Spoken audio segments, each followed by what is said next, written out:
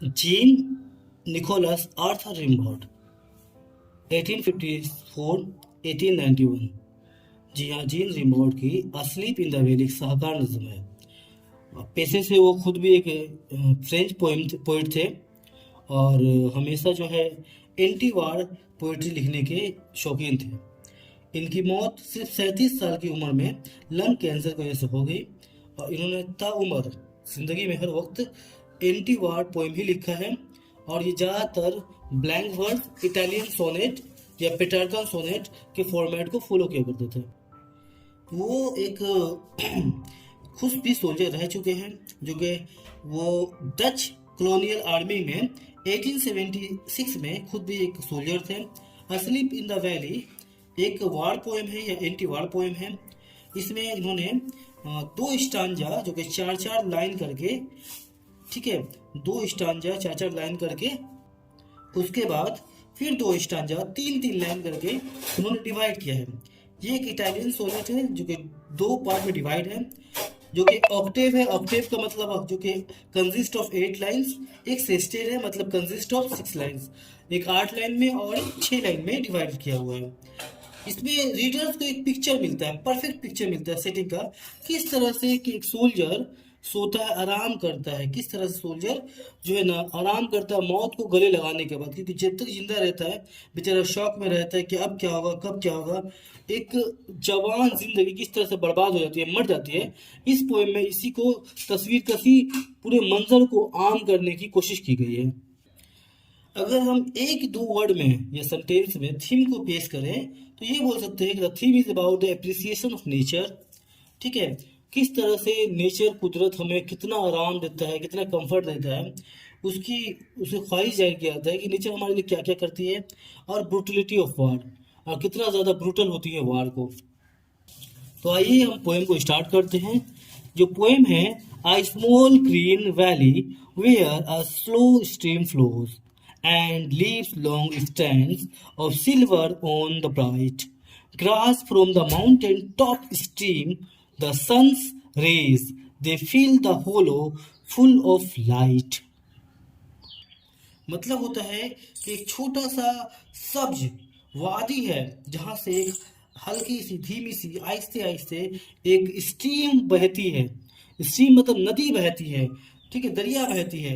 And leaves long stand silver on the bright, और लंबी लंबी घास पर सूरज की रोशनी से या समझ लीजिए कि चांदी की लकीरें खींच जाती है, छोड़ जाती है, ठीक है, ब्राइट चमकती हुई छूट जाती है, ठीक है, ग्रास पर।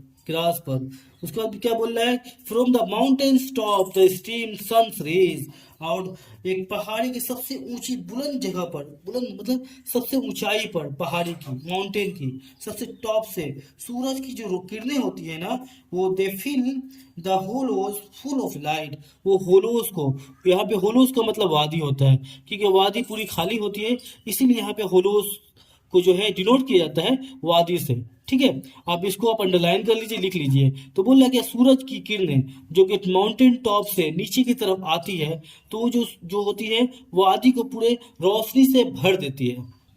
ये हमारा पहला स्टैंजा था जो कि नेचर के बारे में बता रहा है।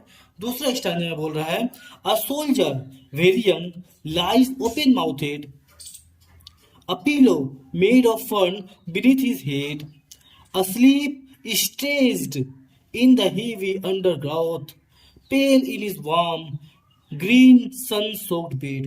बोल रहा है, a soldier very young, एक सोल्जर है, एक सिपाही है, बहुत जवान है, बहुत कमसीन है, बहुत कम उम्र का है।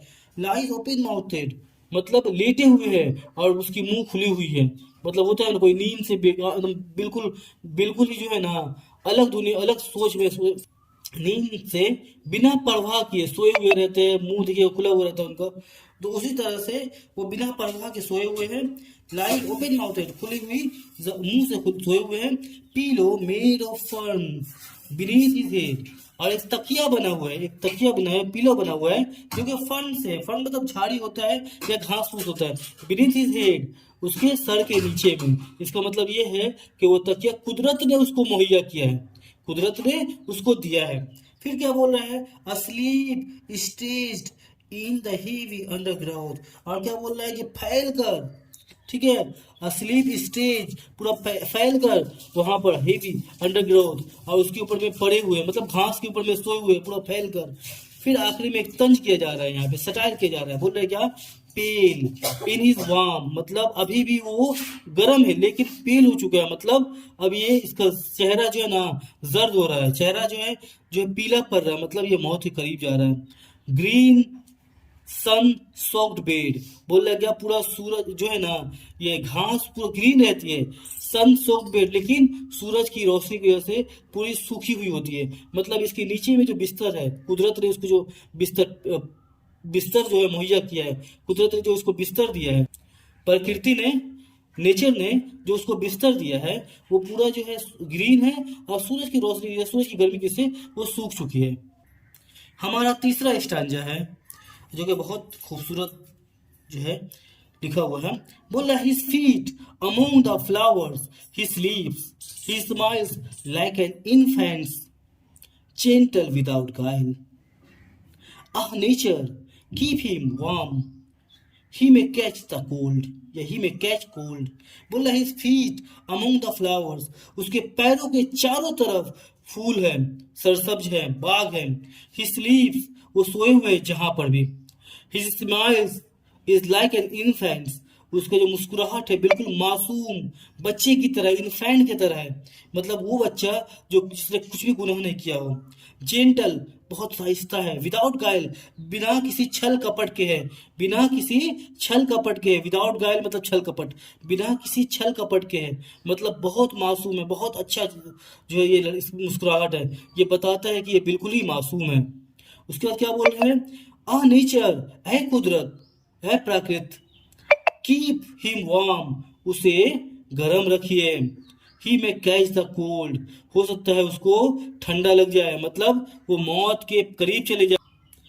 आप एक पोएम था विल्फर्ड अवेन का, फ्यूटिलिटी, उसमें भी वो एंटी वार पोएम था वो, उसमें भी इसी तरह से वो बताया था कि सूरज जो होती है ना अल्टीमेट सोर्स ऑफ एनर्जी होती है, जबकि ठंडक जब जब आती है तो वो मौत की तरफ जाती है। जब इंसान मर जाता है, कोई भी जानदार मर जाता है, कोई भी लिविंग बीइंग मर जाता है, तो उसका जिस्म ठंडा हो जाता है।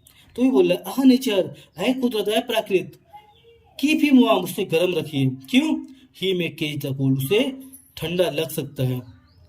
उसके बाद लास्ट स्टैंडर्ड देखिए हमारा कितना खूबसूरती से बयान कर रहा है, बता रहा है, द हमिंग इंसेक्ट्स, भुनभुनाते हुए वो कीड़े, वो मक्खी, वो कीड़े, डोंट डिस्टर्ब हिज रेस्ट, उसकी आराम को डिस्टर्ब मत करो, वो जिस तरह से है उसको डिस्टर्ब मत करो, उसको आराम से रहने दो, रेस्ट लेने दो।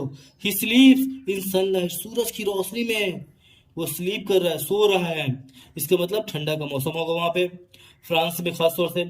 फिर बोल रहा क्या, one hand on his breast, एक हाथ उसके सीने पर है, एट पीस, बहुत अमन अमान से, बिना किसी थकावट के, बिना किसी परेशानी से आराम से लेटे हुए हैं। अब लास्ट का जो ये लाइन है ना, ये तंज कर रहा है, ये सटायर कर रहा है, ये आयरनी इस लाइन का, ये सब, ये पूरे पोएम का ये खास जो है आयरनी आप बोल सकते हैं। बोल रहा है, in his side there are two red holes, उसके सीने के साइड में, मतलब उसके बगल में दो लाल रंग का छेद है, मतलब गोली लगा हुआ है, यानी कि अब वो सोल्जर मर चुका है। इस तरह से हमारा पोएम कंप्लीट होता है। जी हाँ, पोएम तकरीबन 8-10 मिनट का हो गया है। उम्मीद है 8-10 मिनट आप लोग पढ़ सकते हैं इसको और बहुत समझ सकते हैं। हमने पूरा डिटेल से समझाने की कोशिश की है।